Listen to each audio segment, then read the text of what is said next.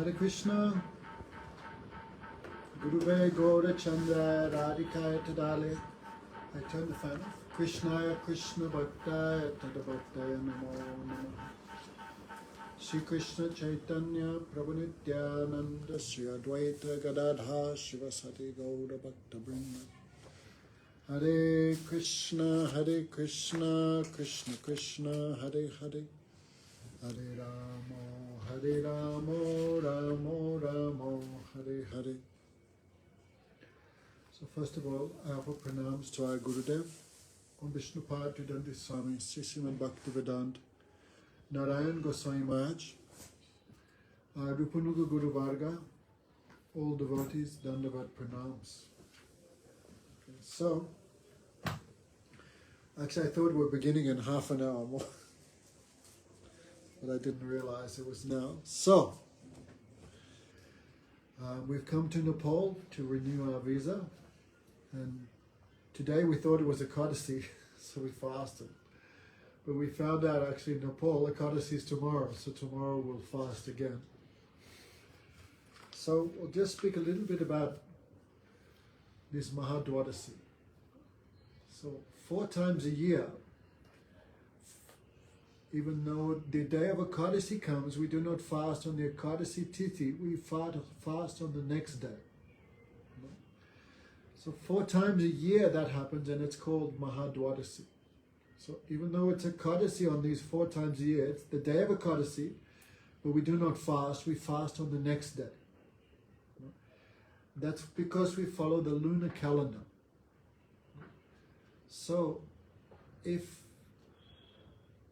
the lunar calendar, if the tithi is mixed with the previous day, according to the sun, according to the sunrise.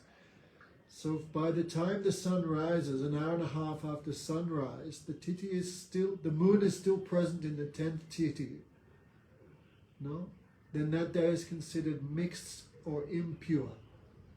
So even though it's Ekadasi, we don't fast, we fast on the next day. No? So if the Ekadasi is mixed with the previous tithi, the previous day, then it's called Purva Vida Ekadasi, and that day we don't fast. No? So that's why it's a little bit of a mystery. So devotees should always beware. It's a great fault to fast on these mixed Ekadasis, and there's a big history there. There was one king called Rukmangad. This is long history. I actually didn't think I'd talk about this, but it just came up, so what to do? Because just now we discovered this thing. So the Vedas describe there was one king called Rukmangad. He was very religious and very firm believer in Ekadasi. So not only he, because the king is like a guru, like a father. So father, king, guru is responsible for the spiritual life of the disciples or the sons, or, the citizens. So the day before Ekadasi, the king would always send people out. They used to call them the town criers. All citizens be ready. Tomorrow is Ekadasi. Everyone should be ready to fast. So, and those who do not fast would be expelled from the country. So the Ekadasi is so powerful because it's Bhakti Janani, the mother of devotion. So by doing Ekadasi, the side effect, the secondary result of Ekadasi is all one's accumulated sinful activities are burned to ashes. Therefore you see even many Kardamis, they follow Ekadasi to become free from sinful life. Of course, devotees don't give too much prominence to that. The reason we follow Ekadasi is because it gives happiness to Krishna. But of course, it destroys birth and death. That's also a bonus. No objections will come from anyone. So, all the demigods, the demigods are also type of Vishnu Bhaktas, but also they have too many other desires, like so much selfishness, so much envy. It's also there in the heavenly planets. So all demigods became disturbed. What is this? We are superior to the human beings in terms of beauty, wealth, material enjoyment, opulences. How is it possible by following courtesy, human beings will cross us? They'll become superior to us? So all the demigods became angry. It's the fault of this King Rukmangad. So we can somehow stop the king from following courtesy, then we can stop everyone else. And the universal order will not be disturbed. The demigods were thinking like that. So they made a plan, and the demigods, headed by Lord Brahma also, created a beautiful woman, and they called her Mohini. So when she was created, she immediately said, "How can I serve you?" The demigods order, you go and you stop the courtesy of King Rukmangad. So immediately she said, immediately she agreed and came to this earth. So the king was hunting in the forest, to keep up their ability to use weapons effectively. The kings in Vedic times would also hunt like animals, dangerous animals like bears and tigers and all these things. So the king somehow became lost, and Mohini appeared in that same forest, and Mohini began singing. So Mohini's singing was so enchanting, because Mohini means to bewilder. So when she was singing, her singing was so enchanted, all the animals of the forest, all the tigers, bears, all deers, rabbits, everyone, birds, also began streaming close towards Mohini to hear. So the king's horse also became enchanted, and the king became curious. I also want to see where this singing is coming from. So, even sometimes we hear of human beings, especially enabled human beings, would sing in such a way that would attract all the animals of the forest. So what I knew, how astonishing is that Krishna, by his singing and flute playing, would attract all moving and non-moving entities.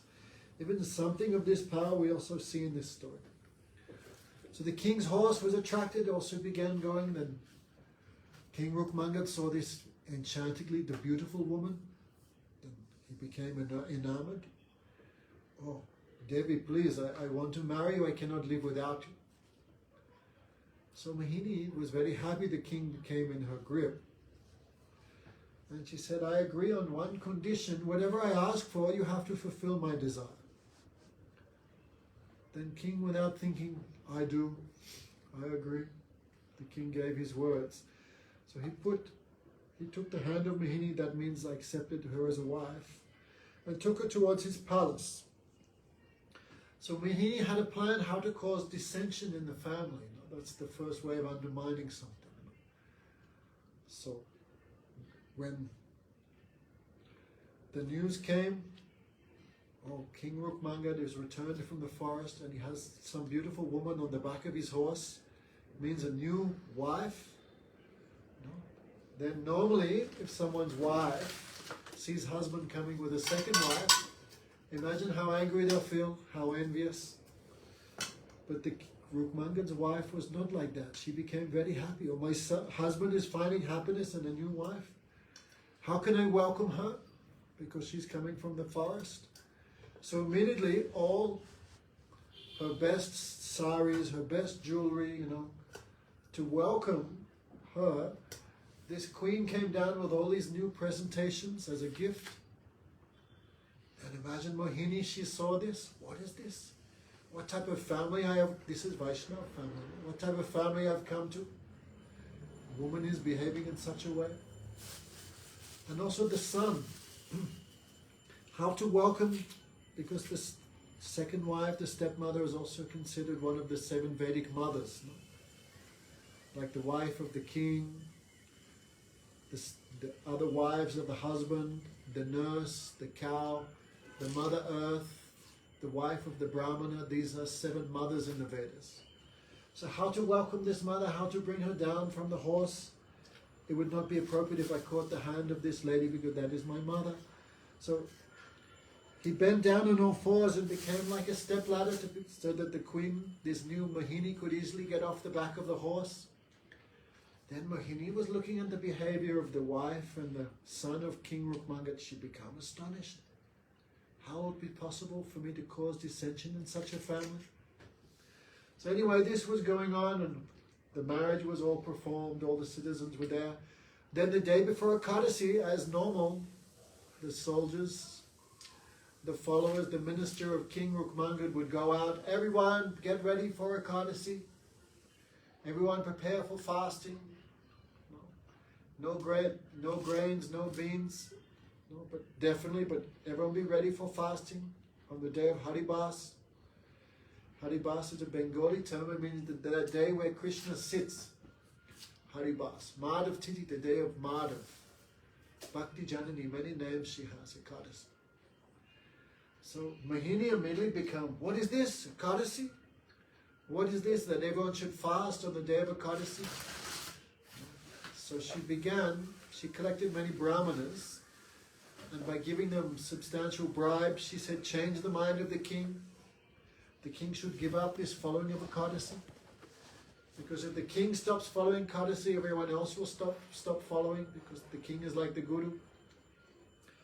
So all these brahmanas began speaking false things from the scriptures. Oh, the king is a Kshatriya. If a Kshatriya does not eat or drink or sleep on the day of Ekadasi, then what happens if some enemy of the kingdom comes?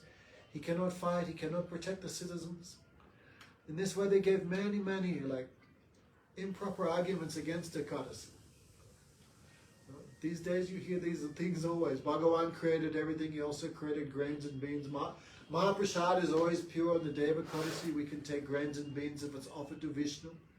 Many false things that I was saying, but Rukmangad, he was fully determined, I will follow Ekadasi.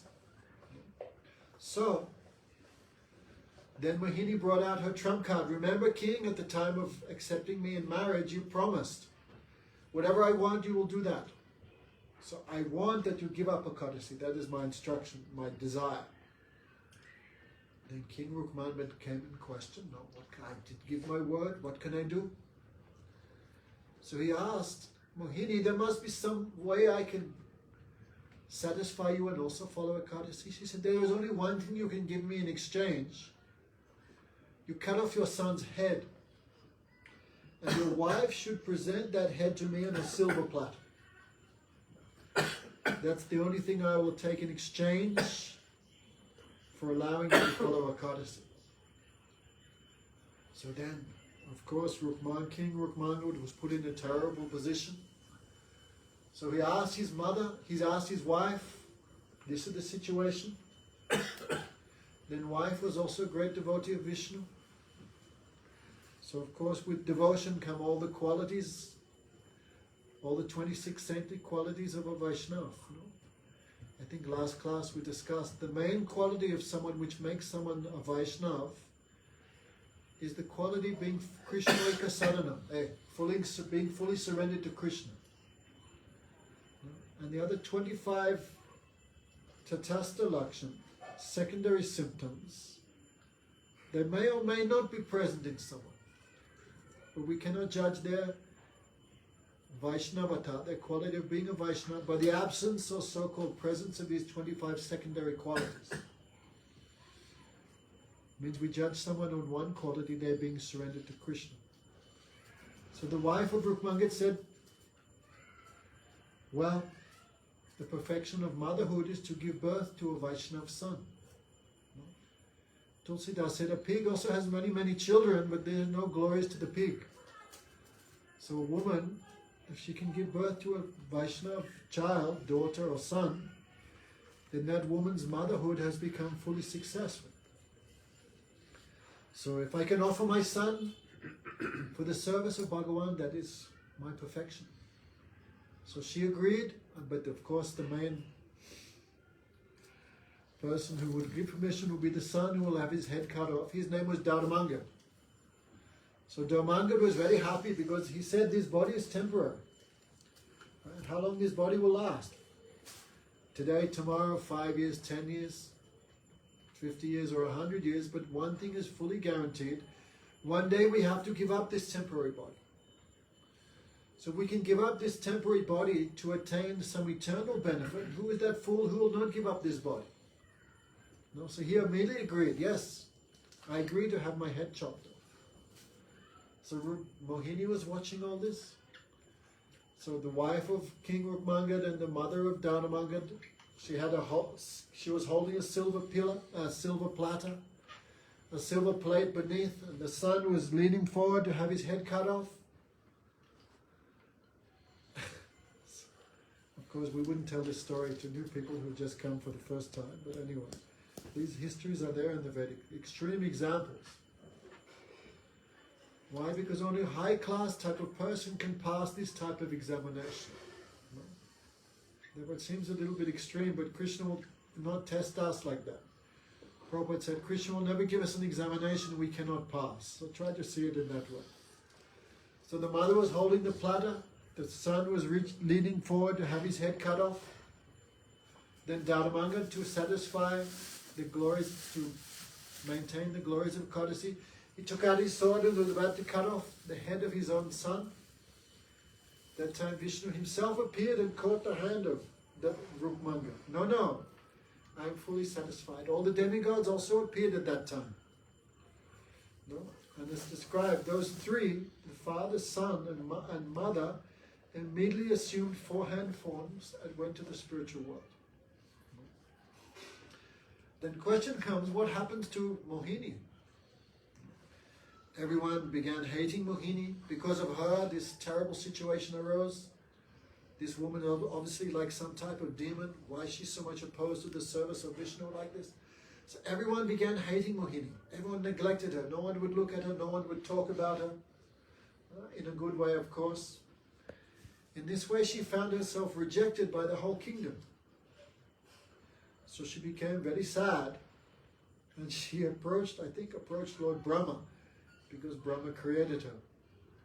And she said, you created me, I have no shelter, I have no place to stay, so give me some place. No, I cannot stay anywhere, but you give me some place I can stay. You know, just like Parikshit Maharaj gave Kali Yuga 4 places, where there's illicit sex, where there's meat eating, where there's gambling, where there's intoxication, you can stay there. So in the same way, Mohini begged from Brahma, you give me some place. So Brahma said, you can stay in that place where there's Paravida Kadasi, like we discussed in the beginning of the class. That place, where that day where the titi, the Kadasi titi is mixed with the that day where the Kadasi titi is mixed with the preceding titi. That is called Paravida Kadasi, you can stay there. No? So, and those foolish brahmanas who were bewildered by Mohini, who were speaking of Kadasi, they were still following Mohini. No? Therefore we see even today, many times, in Vrindavan and everywhere, like 2-3 days ago was Janmashtami. So many Brijvasis followed the Janmashtami on the 6th. Hey, but Vaishnavas followed the next day on the 7th. Why? Because it was also a mixed titi.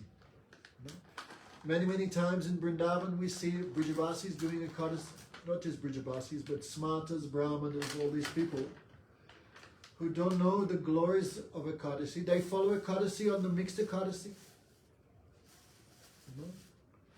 So that's why Vaishnavas do not follow these days. We follow Hari Bhakti Vilas, which very carefully gives all the rules for Ekadasi. Very sad, during the time of Gurudev's appearance, then Gurudev very strongly would support all these things. And he would always reject these mixed Ekadasis.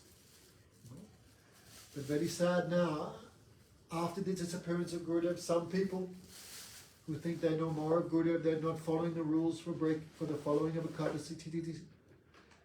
I don't want to mention names, but those in Radha Kunj and other places, they've given up what Gurudev established and now establish some other rules for the fasting of Ekadasi. Anyway, so we're telling this history because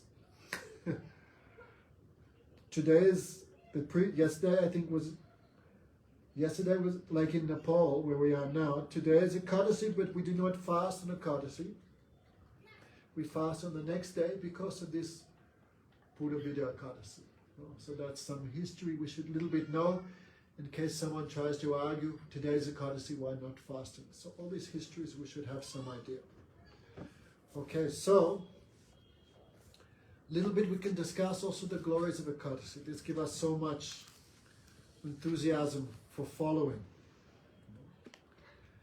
Generally the scriptures give some result. If you give this charity, for example, if you give this type of donation, you get this result. So scriptures to encourage us to perform good activities, especially activities related to Bhagwan. The Sattva Shastras, the devotional scriptures also describe the glories, the results of performing particular spiritual activities. Like we hear, whatever we perform in whatever devotional activity we perform in the month of Kartik, the result is 1,000 times superior to that what we would achieve in any ordinary month. Or the devotional activities we perform while residing in the Dham, that is thousands of times superior than performing that activity outside the Dham. So the glories of Ekadasi also given so much in different places. So, okay, we were talking a little bit about this last week, I think we're talking about the Tatastha Lakshana and the Sarup Lakshana, the different qualities of the Vaishnavas. So we're reading from this book called Harinama Cintamani. Okay. This Harinama Cintamani was written by Bhaktivinoda Thakur. Bhaktivinoda Thakur is called the seventh Goswami. So many times, for example, you see Harinama Cintamani, you can see Jaiva Dharma, you can see even books like Prem Pradeep, these books of Bhaktivinoda Thakur. This book, for example, Jaiva Dharma, there's so many discussions between like different personalities in Navadvip Dham, but this was 500 years ago. So Gurudev would say we should not think these are just like fictional stories of Bhaktivinoda Thakur. Guru Maharaj said we should not think like that. No. Even an ordinary yogi can see past, present, future. Then why a Nitya Siddha, like an eternally liberated soul like Bhaktivinoda Thakur, why would he be bereft of also knowing past, present, future? Actually, to speak of Vaishnavas, I'll just tell this. Many years ago, I was in South India. There was one guru, one yogi I was living with there in South India. And he also had all type of mystic siddhis, mystic perfections. So one day, one American man came and he wanted to stay in the ashram. He looked like a nice fellow. I said, you can stay in my room, no problem. But this man had taken a vow of silence. He would not speak to anyone. But he was staying in my room for 4 or 5 days. So if he wanted to say anything, he would write on a pen and paper. So one day he was just looking at me and he started scribbling and writing on his pad. Then he showed me one day of my life, which was like 4 or 5 years before that. From morning to evening, what I did that day, he wrote everything on this paper. And I could remember also, that time, everything. So I'm just saying, even an American guy, who's not Vaishnava, even they can see the past. Then what to speak of an eternally perfected soul like Bhaktivinoda Thakur. Bhaktivedanta Bhaman Goswami Maharaj said, even a sadhak who reaches the stage of bhav, even they attain omniscience. So if a sadhak, a practitioner, can obtain omniscience in the stage of bhav, then why Bhaktivinoda Thakur could not, who is a siddha, a perfected soul? So he could see all these things in his samadhi, in his meditation, and what he saw, that is Jaiva Dharma. So in the same way, this book, Harinama Cintamani, this is a conversation between Mahaprabhu and Haridas Thakur. So Haridas, this was like 450 years before the birth of Bhaktivinoda Thakur. But still we have to believe, no, what Bhaktivinoda Thakur writes, that must be perfect, that must have happened. So, this is a conversation, like normally, like in Bhagavad Gita, Arjuna asked the questions. The 16 questions of Arjuna, the answer is the Bhagavad Gita.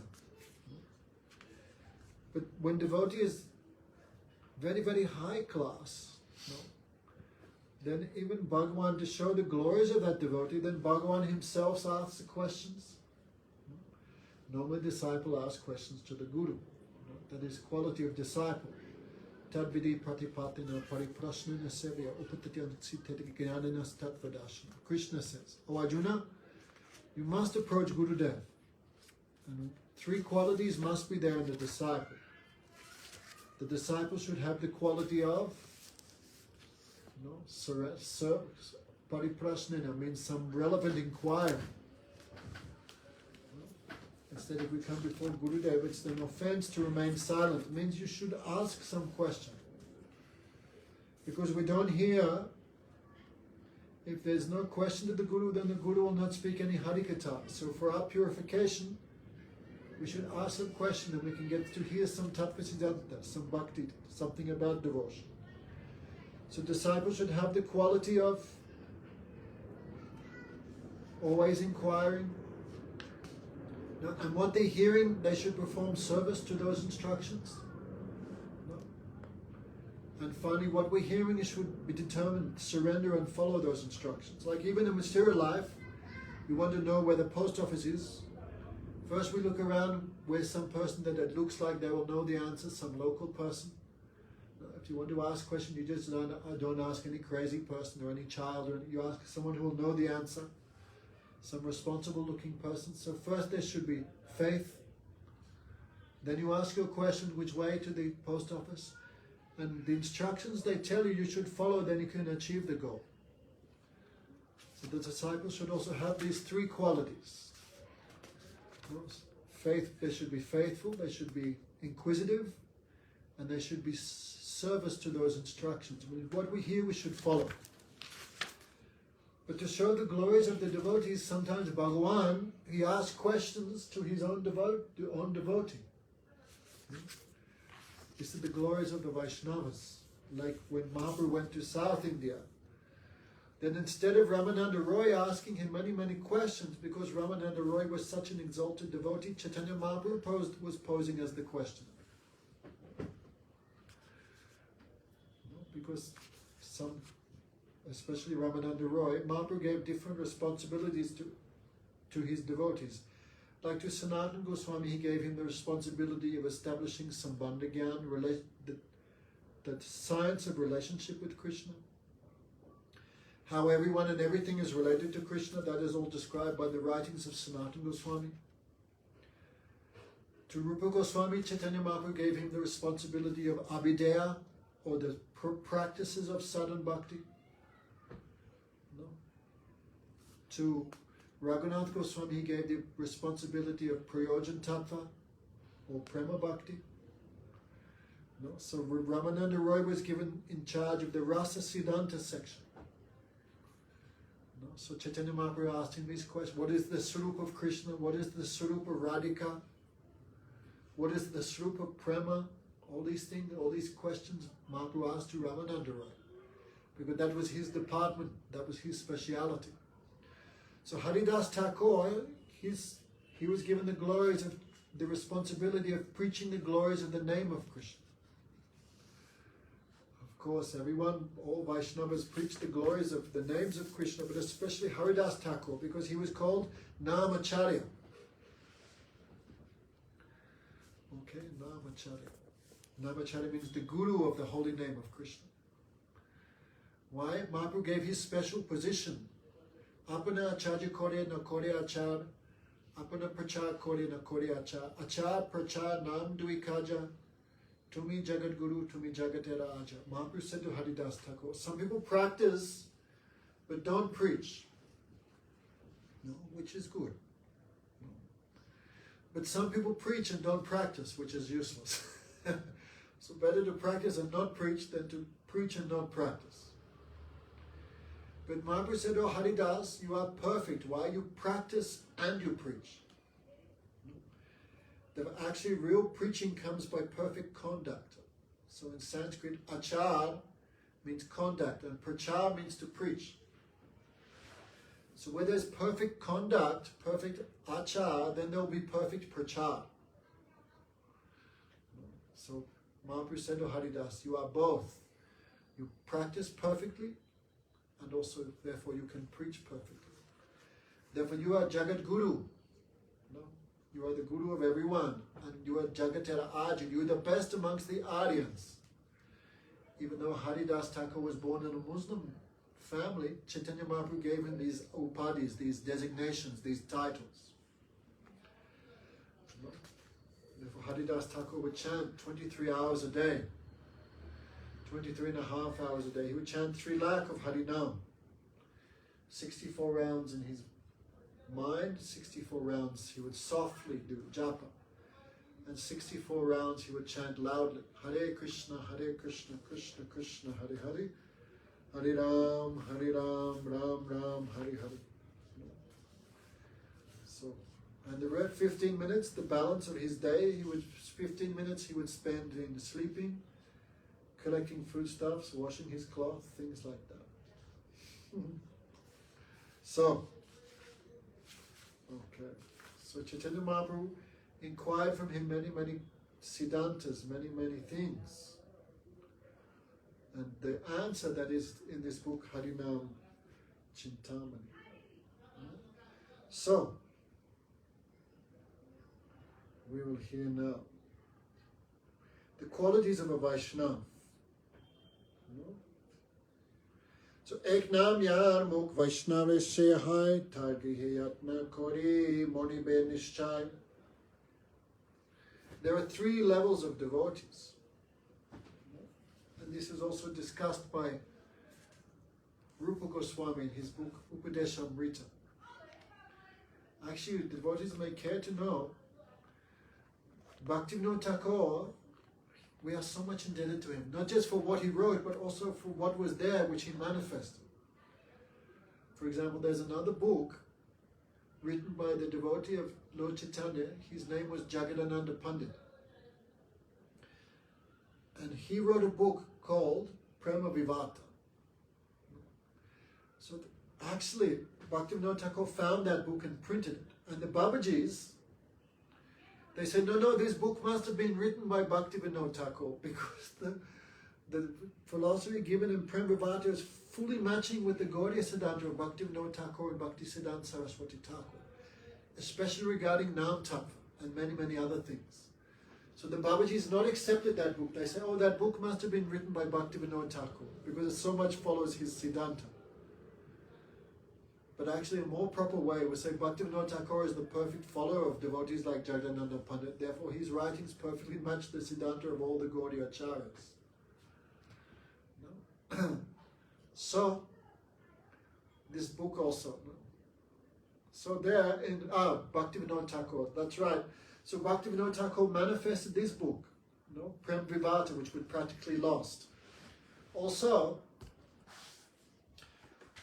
Bhaktivinoda Thakur searched for 12 years for a copy of Chaitanya Charitamrita. So you could imagine that book had practically become lost. If Bhaktivinoda Thakur had not come to this world, I'm quite sure it's safe to say none of us would have the facility of being able to read Chaitanya Charitamrita. Therefore, one of the first things Bhaktivinoda Thakur was wrote his own printing and own commentary on Chaitanya Charitamrita. Saraswati Thakur also later wrote an Anubhasya, also wrote his own commentary on both Chaitanya Charitamrita and Chaitanya Bhagavat. So, Bhaktivinoda Thakur came to Vrindavan, and he was searching the libraries of all because Radharaman, Radha Damodar, they also have big libraries. And there he found hidden a copy of Upadeshamrita of Rupa Goswami. And he became very ecstatic, and he printed that and distributed that everywhere. So without Bhaktivinoda Thakur, Upadeshamrita would be lying in some library forgotten. For that reason we call him the 7th Goswami. Because like the 6 Goswamis did so much for special activities of the 6 Goswamis, Bhaktivinoda Thakur did the same manner but in a later age. Therefore we call him the 7th Goswami.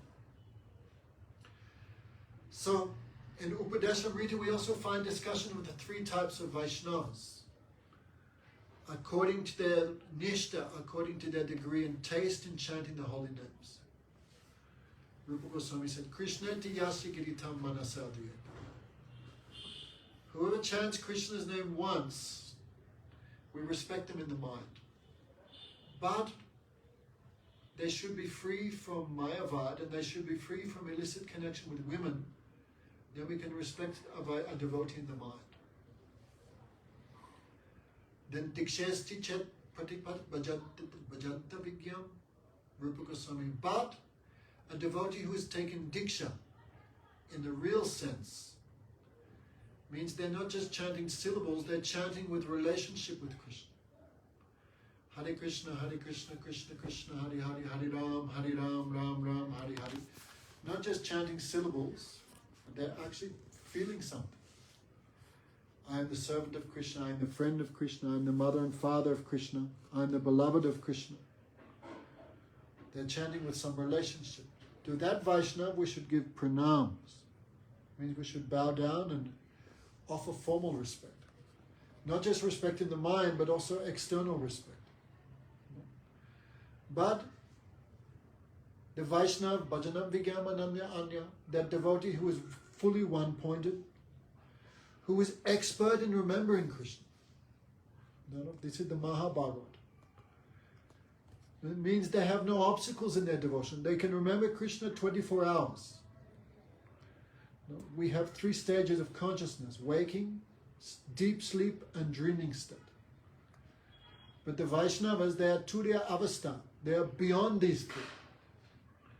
So for a pure Vaishnava, whether they're sleeping, whether they're dreaming, or whether they're talking to you and moving here and there, for them it makes no difference in their ability to fully remember Krishna and serve him 24 hours a day. No? So that is Mahabhagavat Vaishnava. So what is their symptoms? No? Just by seeing them, you chant the holy names. Like Prabhupada went everywhere and preached, and the whole world was chanting. Why? Because he was Mahabhagavat Vaishnava. Means just by seeing him, the holy name would come to your tongue, come to your mouth. A desire to chant would come just by seeing him, just by remembering him. So, here also, Haridas Thakur says, Ek naam dyar mukh Vaishnav se hoy tata grihe yatna kori mone be nischay. Anyone who chants the holy name even once is a Vaishnav. We should respect them. But nirantara yar mukh sune Krishna naam setu Vaishnav ata sarva gunadam. Someone who chants even once, we can respect him in the mind, but someone who's constantly chanting, that is the Madhyamadikari. Like we are trying to become Madhyamadikaris. Means we are trying always 24 hours to chant the names, but mind is distracted, and especially when we sleep, we forget everything. So, this is the Madhyam Mahaprabhu, Haridas Thakur talking about the second class of Vaishnava. One who always chants the holy name. They have all good qualities. They are the Madhyamadikari. But still they have some obstacles. They know their Sarup, but they're not fully expert in engaging 24 hours in Krishna's service. That is the Madhyamadikari Vaishnava. So what is the quality of the Uttam Vaishnava? Vaishnav Uttam se ya dekile Krishnam ashimuk Krishna bhakti mene. Just by seeing him, one feels devotion to Krishna, him or her. And the name of Krishna comes to one's mouth. That is the Uttamadikari. So we should try to always associate with Uttamadikaris. It means devotees on the highest level of devotion. Why? Just by being in their association, inclination to bhakti will come. Just like Didi, Krishna Priya Didi.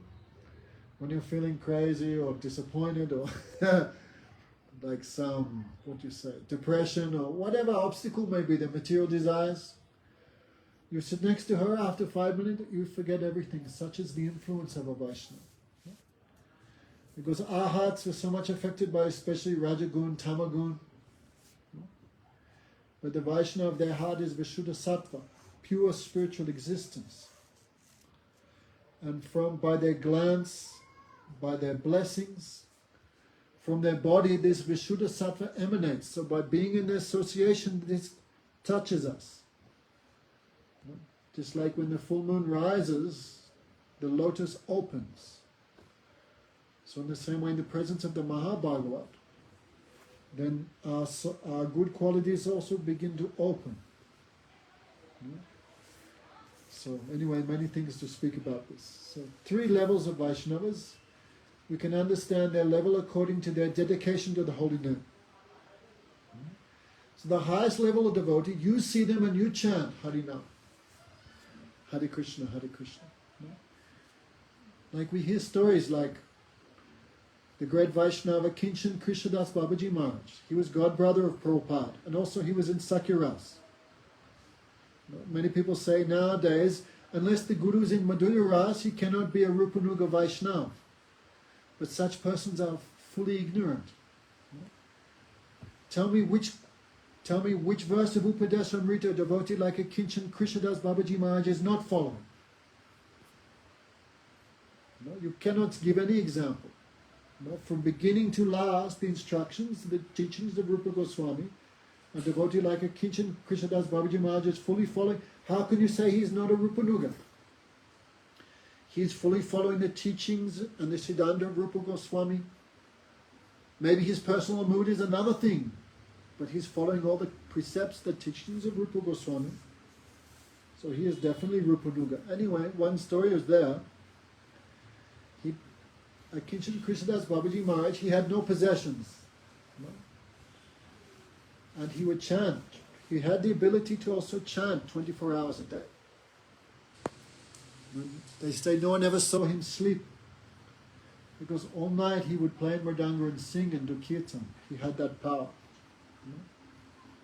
So he came, and one day he was sick, and he would stay in the different Gaudiya mats. He would stay in ISKCON also. And Prabhupada had so much affection for him. There's a story when he went to Dauji.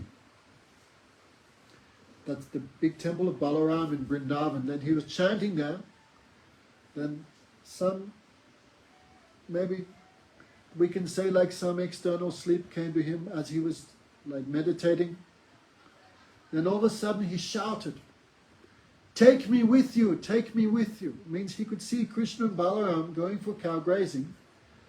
So he also wanted to go. So he shouted, "Take me with you, cow grazing. Take me with you, Balaram. Take me with you." So he began shouting that, then he fell unconscious for many hours. No? It means he also a devotee in Sakyaras and also a disciple of Saraswati Thakur. These days some people say, unless you're also Madhurya Ras, following the personal mood of the Guru, then you cannot be called a disciple. Many, many bad things people are teaching these days. Because the teachings of our Guru Varga are very high, but all of us are not very high. Therefore, we always understand them in an incorrect manner. So anyway, Babaji Maharaj became sick. So they called a doctor to take his heartbeat. So the doctor had a stethoscope, and he put it on the heart of Babaji Maharaj. And he heard Hare Krishna, Krishna Krishna, Hare Hare, Hare Ram, Ram Ram, Hare Hare. It means the doctor could hear the Maha Mantra very clearly through the stethoscope. Then doctor became amazed. Am I imagining this? So he called his assistant, and also the assistant put the stethoscope, and he also heard Hare Krishna, Krishna Krishna, Hare Hare, Hare Ram, Ram Ram, Hare Hare. So this is the Uttam Vaishnav, no, the pure Vaishnav. No, like 2-3 times we saw Diri. It looked like she would leave her body, but she was also at that time, "Oh Radha, I am going to Radharani. Radhe Radhe," she would chant. "I am going to Radharani." A normal person, when they die, what they're doing? You know, their mind is full of thoughts. What about my children? What about my wife? No? The pure Vaishnava, they only have one thought. They're seva to Radha Krishna. So Vaishnava Uttam se yaha dekile Krishna mase mu Krishna bhakti mile. So the Uttam Vaishnava is that person who, just by seeing them, you chant. No? Just by sitting near them, you feel devotion. No? That is the Uttam Vaishnava. So how ordinary persons who are forgetful of Krishna will become devotees of Krishna? Only by the association of these type of Vaishnavas. Gurudev said if Gurudev is Kanishadikari, you probably will not get devotion. If your Gurudev, your association is Madhyamadikari, you will get devotion but will take time. But Uttam Vaishnava, if they're pleased by you, pleased by your behavior, by your service, they bless you in one moment, you can get devotion. That is their potency. So those souls like us who are forgetful of Krishna since time without beginning, how the holy name will come on our lips, how devotion will come to us, only by association of this type of Uttamadikari. No? And also, even if your Guru is Uttamadikari, but you don't follow him, you cannot get that benefit. No? So Didi always says, some quality must be there in the Guru, but more importantly is the quality of the disciple. Like we see our, Gaugamaj would say, Prabhupada had more than 5,000 disciples. Then someone asked, is Prabhupada responsible for them? Then Gaugamaj became very angry. They are not following his instructions. How are they even disciples at all? They are not surrendered to Prabhupada, then how they are disciples? Why Prabhupada would be responsible for them? So some quality should be there in the Guru. Some qualities should also be there in the disciple. And if we have a Gurudev, maybe who is Kanishadikari or Madhyamadikari, but not envious, then we should take their permission and always associate with the Uttamadikari. And even if we have an Uttamadikari Guru, maybe he leaves this world, maybe we are some distance from him, then we should always try to associate with such Uttamadikari in the form of Shiksha Guru. But in all cases, one should always pray for that type of association. No? So, but Mahaprabhu asked, Heno Krishnam Jiv Kerupa Kuribe Taha Bidan Tumi Amara Bolibe. So how the souls who are forgetful of Krishna, how will they how will they gain remembrance of Krishna? How will they also take up the chanting of the holy names? What is the vidhi? Here the word is nidan. Vidan. Vidan means what's the rules given by Krishna? What's the remedy? What's the process that Krishna has given for us? No. Ka judi haridas bolene vachan prem gad gad swa sajala nayan.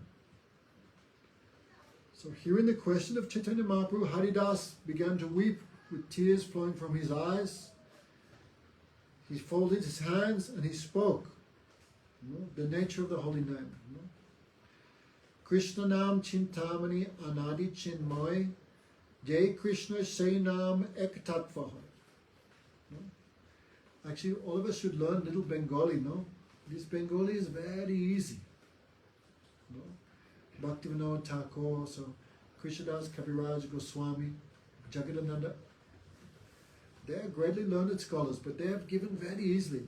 Anyone who little bit reads Chaitanya Charitamrita and makes a little effort, in 4 or 5 months you can understand everything without looking at the translations. No? Krishnam Cintamani Anadi Chinmoy. The name of Krishna is called Cintamani. Cintamani means fulfills any desire. So but we should be careful, of course, to only desire the highest thing. And what is the highest thing? That understanding only comes in sadhusanga. Anadi Chinmoy, this holy name of Krishna is called Anadi. Anadi means eternal. No beginning. When did Krishna begin? We cannot say when he began, because he is Anadi, without beginning. Because everything has a beginning. So according to logic, Krishna must also have some beginning? No. Therefore he is Anadi, since time without beginning. Chinmoy, the name of Krishna, is also like Krishna, fully spiritual. We should not think, because the holy name comes from the voice box, it manifests on the tongue.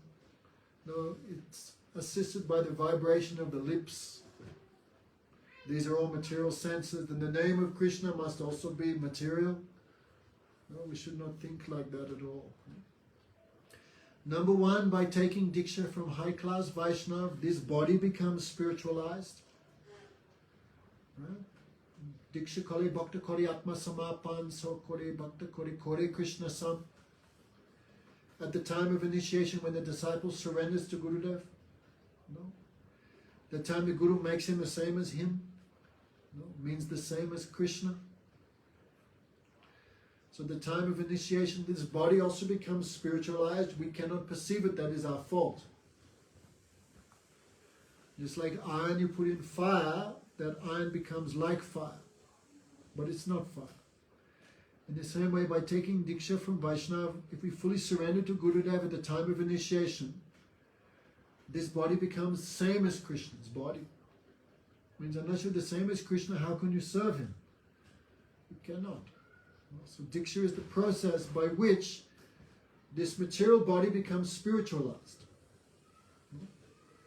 Like even material rice and dal and sabji, we offer that to Krishna, it becomes Mahaprasad, fully transcendental. You cannot give the argument rice and dal and and vegetables, this is material thing. By being offered to Krishna and being accepted by Krishna, it also becomes the same as Krishna, fully transcendental. So in the same way, this body, this mind, these senses, by fully offering, Gurudev offers us to Krishna. When we surrender to Gurudev, Gurudev offers this disciple to Krishna. That time the disciple becomes the same as Krishna. Maybe we cannot understand at that time. Just like when a woman is first married, at the first night with her husband, the child is given in the womb, but cannot understand at that time. It takes 9 months or whatever to manifest. In the same way we took initiation, what Gurudev gave us everything, but we cannot realize it now. We will realize it 1 month, 2 months, 9 months, 1 year, 1 lifetime, 2 lifetimes, but we will realize, no? So, the transcendental name of Krishna appears on the transcendental senses of the disciple. Bhaktivinoda Thakur so much discusses this point again and again and again. What is the main thing is a mood of service should be there. A mood of service must be there when we chant the names of Krishna. Atahasi Krishna namadi nabhavad griham indriya. Because Krishna's name is transcendental and our senses and mind are material, how the transcendental name of Krishna will manifest on the senses and mind of the devotee? Only by a mood of service. So this is the main thing we should look for in our life. Someone is very knowledgeable, someone is a great speaker, someone can collect so many donations. Someone may also bring many, many disciples for the service of the temple. But we see in the life of Saraswati Thakur, he maybe not gave too much, he not gave importance to that. He always gave importance to devotion. So the main thing in the life of devotee should be the mood of service. Like tomorrow is Ekadasi, Mahadwadasi, right? Why are we giving up all these things? For the service, for the happiness of Krishna, for the service of Krishna. So we should not complain, oh no, it's Ekadasi, I can't eat this and that, what about my protein, what about my this? No. These things we're doing in a mood of service to Krishna. No. So when we're hearing topics of Krishna, we should hear, I'm hearing in a mood of service to Krishna. I'm giving lecture, I should not be, many people will praise me, I'm a great speaker. With that mood, I should not be speaking. I should be speaking with a mood, I am speaking for the happiness of Radha Krishna. I am hearing for the happiness of Radha Krishna. I am chanting the holy names for the happiness of Krishna. Actually, Gautam said, someone who chants, I am chanting for the happiness of Gurudev, the happiness of Krishna. One who chants for 3 days with this mood will become free from all types of unwanted anarthas and aparad in 3 days. Therefore, this name of Krishna should be chanted with a mood of service. So Gautam would teach us, no? You should chant thinking, I am chanting for the happiness of Krishna, because Krishna is called Nam Priya Thakur. Krishna likes one thing the most, Krishna likes to hear his name chanted. So when the senses are in a mood of service, Like when we go to the deities for Mangalati, we should not think I'm going to see the beauty of the deities. Of course that beauty is there, we cannot deny. But I'm not going there for the satisfaction of my sense of sight. I'm going there, Krishna sees me in Mangalati, he'll become happy. I'm taking Mahaprasad for the happiness of Krishna. When Guru and Krishna see us taking prasad, they become happy. So we should try to keep this mood always. I'm staying with Gurudev and Vaishnava. Why? For service, not for some other thing. So Krishnanam Cintamani, this Krishna name is like a wish-fulfilling jewel. And what we want service, nothing else. Of course, in a higher sense, that service mood will come in the form, I am the servant of Krishna. I am the friend of Krishna, like Sridham or Subal. I am the mother and father. I am serving Krishna by being their mother and father, like Nandi Yasoda. I am serving Krishna as the maidservant of Radhika. Means what gives Krishna the most happiness? That is Radhika's association, Radhika's affection, Radhika's service. So ultimately, what is the greatest service to Krishna? Is bringing, not that I will go to Krishna and do that. No, I will bring Radhika for Krishna's happiness. I will bring Radharani for Krishna's enjoyment. Nothing will give more satisfaction to Krishna than that. Therefore, Bhaktivinoda Thakur said, Radhika Dasi Jadi Hoy Abhiman Sikra Mile Tabe Gokulakan. Who feels I am the servant of Radhika, very quickly they will get Krishna. No? So in this way we try to cultivate this mood of, especially of the Manjaris, the maidservants of Radhika, like Rup and Rati Manjari. They're not trying to serve Krishna directly. They know we cannot satisfy Krishna so much. But Radhika can fully satisfy all the desires of Krishna. Therefore, if we can assist, if we can render some service to Radhika, that service will give the topmost pleasure to Krishna. So these are very, very beautiful topics. The wealth of our Gaudiya Sampradaya. Gurudev said, if I have even one disciple who thinks I am the maidservant of Radhika, then my guruship is successful. No? So, anyway. So the name of Krishna is the same as Krishna has come in the form of his name. There's no difference. Krishna has two swarups, Nam and Nami. The name of Krishna and Krishna's personal form there. And these two forms are non-different. Chaitanya Vigraha Nam Nitya Mukta Tattva Nam Nami Binanai Nitya Shuddha Sattva. Chaitanya.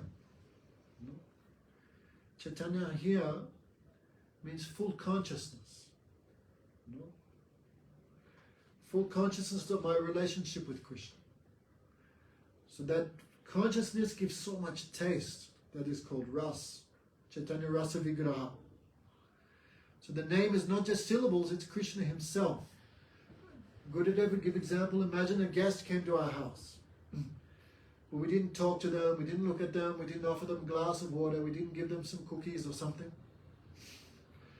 We just went in another room and just watching some movies or talking on the phone to another person. Then how long that person will stay in our house, they would feel offended and they would leave. So very beautiful Gurudev would say, we are inviting Krishna on our tongue. Hare Krishna, Krishna Krishna, Hare Hare. Hare Ram, Ram Ram, Hare Hare. We are inviting Krishna into our tongue. We should be inviting Krishna in our hearts by remembering him, but we are chanting but not remembering, not affectionately serving him. Then how long Krishna's name will stay on our tongue? He will leave like a neglected guest. So we will discuss all these things. Inattention in chanting the holy name. This is the root cause of all misconceptions, all offenses, all anatas. So Chaitanya Vigrahanam. This name, also Chaitanya Vigrahanam, this name will also reveal the form of Krishna. Right? Hare Krishna, Hare Krishna. The name, the sabda, the sound will reveal the form of Krishna. Like Rupa Goswami says, Tadnama Rupa Chadatadi Sukhetananu Smrityo Kurmena Rasana Manasine Yoja. Tadnama Rupa Charatadi. The name will reveal the form of Krishna. Form means Rupa. Tadnama Rupa. First is the name of Krishna. The name of Krishna will reveal the form of Krishna. The form of Krishna will then, Krishna has many qualities, 64 qualities of Krishna. These will also be revealed by the chanting of the holy names. Adi means Krishna's other qualities like his pastimes. So Krishna's name, Krishna's qualities and Krishna's pastimes are all revealed through the chanting of the holy names. This is the great difference between us, the Gaudiya Math, and the Sahaja section. No? There was one, Gaudiya would teach these things. No? The name of Krishna. How do we know we chant the pure name of Krishna? He asked us. How will we know when our chanting of Krishna's name is perfect? Then Gaudiya answered, when you immediately see Krishna before you when you chant in his threefold bending form. When Krishna immediately appears before you as you chant the holy name, this is proof you have now chanted the pure name of Krishna. Because the name and the form of Krishna are non-different. I remember some years ago there was one sannyasi and he was teaching, giving class. No, we should all remember the pastimes of Krishna. Then I answered him, no, the pastimes of Krishna are later in the stage of perfection. We should now give prominence to the name. And then I said, Gaudiya said, the name reveals the form, the qualities, and he said, this is not the teaching. I remember he directly said, this is not the line of Rupa Goswami. Directly that sannyasi said. Afterwards he fell down horribly. No surprise. So the name of Krishna will naturally reveal also the qualities of Krishna, the pastimes of Krishna.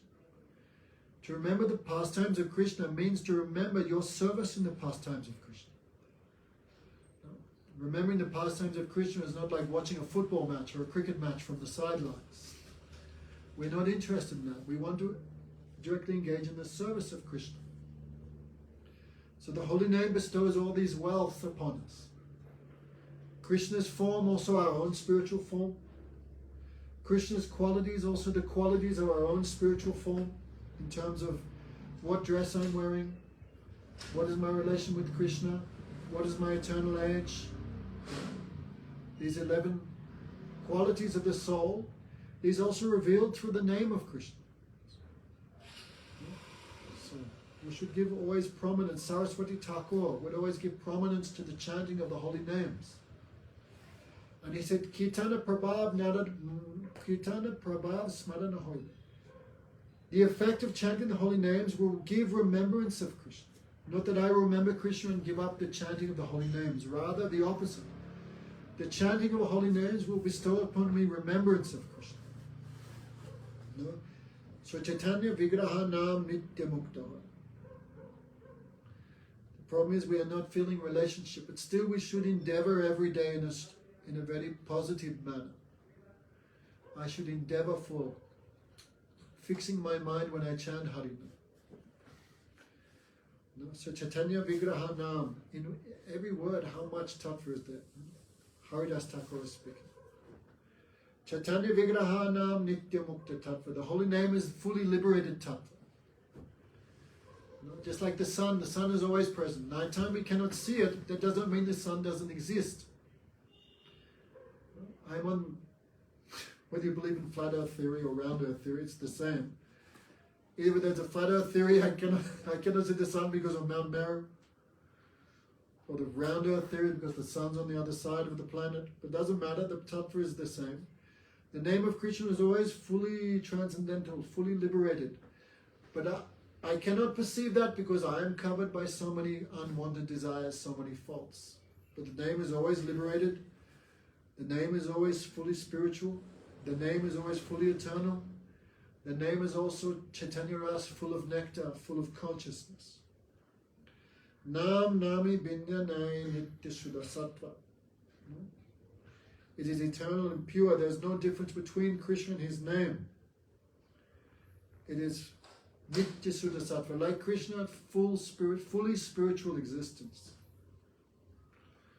Actually, when you read the writings of Saraswati Thakur, you see so much perfectly in the line of all these conclusions of Bhaktivinoda Thakur. That's why the Sahajas hate Bhaktivinoda Thakur, they hate Saraswati Thakur. When they read this, their hearts burn. No? Oh, we are not doing properly. They have manufactured some other process. No, like Mahaprabhu said to Raghunath Goswami, no? Mone Nija Siddha Deha Koriya Baba, and always remember your spiritual form and serve Radha Krishna 24 hours in Vrindavan. But what level was Raghunath Goswami on when Chaitanya Mahaprabhu gave him those instructions? What level was he on? So we have to do bhajan according to our level. And these instructions are fully applicable for anyone on any level. Whether you're just a new devotee, whether you're Haridas Thakur or Raghunath Goswami, the same teachings are there. Applicable for everyone in all stages. Hare Krishna, Krishna Krishna, Hare Hare.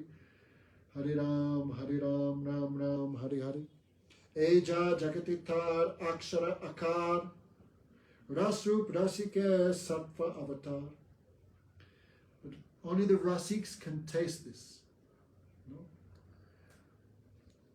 Rasik means what? Rasik. No, the Bhagavad says, who can taste the Srimad Bhagavatam? No, it said, first the Bhagavatam, the second verse of the Srimad Bhagavatam says, who cannot taste the Bhagavatam? What is that? Dharma prajita kotivatra paramani matsaranam satam. Vedya vasta matya vasta sivadam tapatri and mulana. First, who cannot taste the Bhagavatam? Those who are engaged in cheating religion, means doing some dharma to go to heavenly planets, doing some yoga to get some mystic perfections, doing some religiosity in this world to get some more material enjoyment, no calm, or they are doing some devotion to get liberation, to merge with Krishna. If you merge with Krishna, you cannot serve him. So these are all called kaitav dharma, cheating religion. No? So who cannot understand all these topics? These four persons cannot understand. And who can taste Srimad Bhagavatam? What is it? I don't know. Oh. Today we do the Kadasi, tomorrow we'll also do a Kadasi. So a little light-headed, no? So, ahora ahora sika bhuva bavu vikaha. This Bhagavatam is the fruit. If all the Vedas are like a tree, the name of Krishna, the fruit of all the trees is the fruit of the Vedic knowledge is this fruit in the form of the name of Krishna or the Srimad Bhagavatam. But who can taste it? Only those Bhavik and the Rasiks. Aho Bhuvika Rasika Bhavika. Only those in the stage of Bhav. And the Rasiks, they can taste this. What is the meaning? Bhakti, in this book, like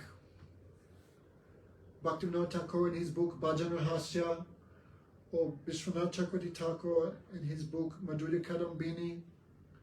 If you study these two books, you will know the 8 levels of bhajan.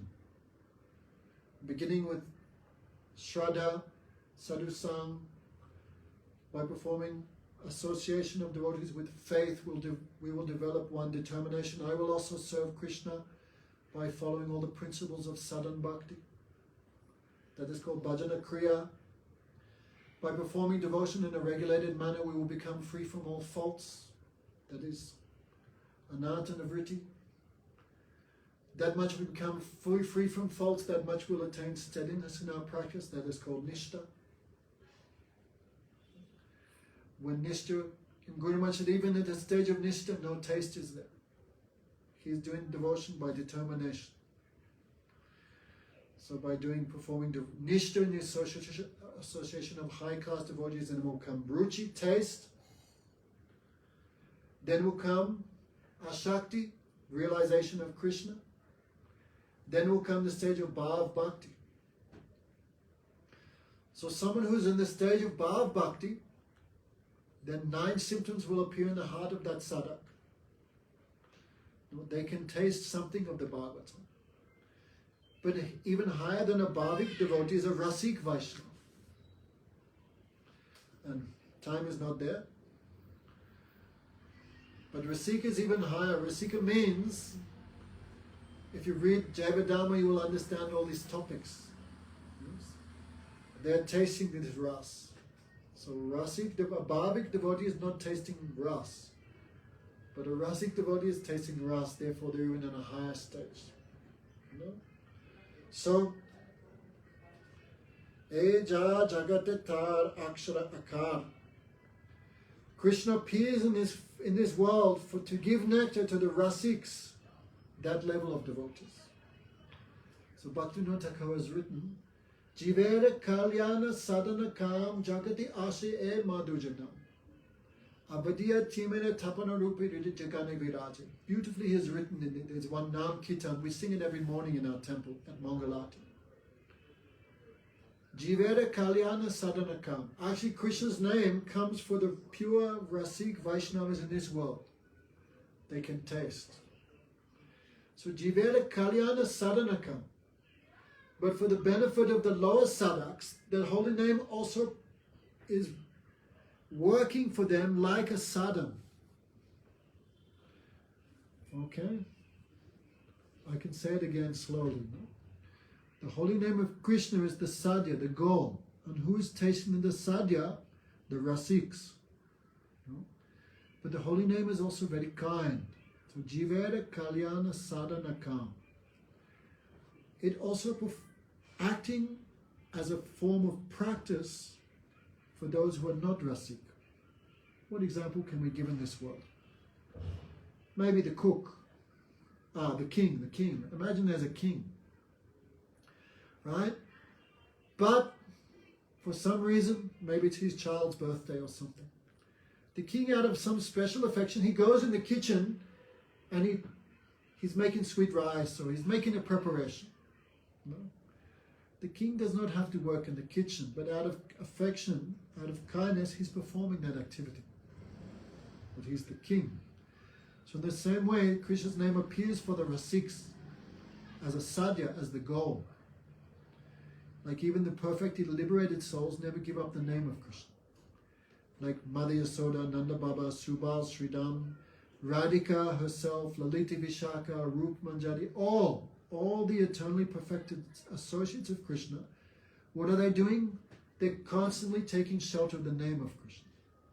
Hare Krishna, Krishna Krishna, Hare Hare.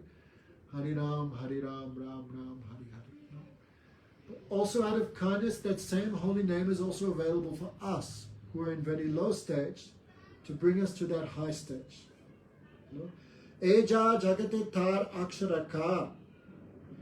So Krishna, out of mercy, that his holy name appears in this world in the form of syllables. Right? Krishna with peacock feather in his head, Krishna playing the flute. Venum Kuvantam Aravindam Daraya Taksam Barahavitam Sasatam Buddha Sundaram, more attractive than millions of cupids. That same Krishna appears in this material world in the form of syllables. Akshar Akar. Hare Krishna, 32 syllables. Why he appears? Rasarup Raksh Rasikete Sattva Avatar. He appears in this dull, the holy name appears in this dull material world, so the rasiks can have taste. And also those who follow something, they can also achieve perfection. No? So we'll finish here. We'll leave one more verse we can think about. Krishna appears in this world in 4 ways. Krishna vastu hoi char dharma porichit, nam rup gun karma anadi vihit. Krishna appears in 4 ways. His name, his form, his qualities, and his pastimes. And these other 3 have concealed themselves within the syllables of the holy name. No? Therefore, it's not without reason Bhaktivinoda Thakur says, no? Sadhu sang nam kirtane matrachai samsajaniti padarokonu vastuna. Therefore, no. Association with devotees and chanting the holy name, there is no other way to cross this ocean of birth and death. No? So, therefore we should always, when we associate with any Vaishnava, we should look for that service mood. That is why we are not associating with someone because they know good Sanskrit, they can speak nicely, they're educated. We are not looking for that. We are looking for this mood of service. And we are serving those Vaishnavas by also hearing, and all our activities should also be in a mood of service. So when we align ourselves with the service mood of the Vaishnavas, then we can achieve some perfection. No? Okay, it's quite late. Okay. I wouldn't, because now I'm in Nepal, I don't have much to do. Just have to wait a few days before we go back to India. I would like to do this every night. For the next 5-6 nights, we can speak about these topics. Who come, nice. Who doesn't come, they can always listen later. Sachinandan Gaura Hari Ki Jai, Sri Thakur Bhakti Vinod Ki Jai, Go Premanandi, Hari Hari Bol.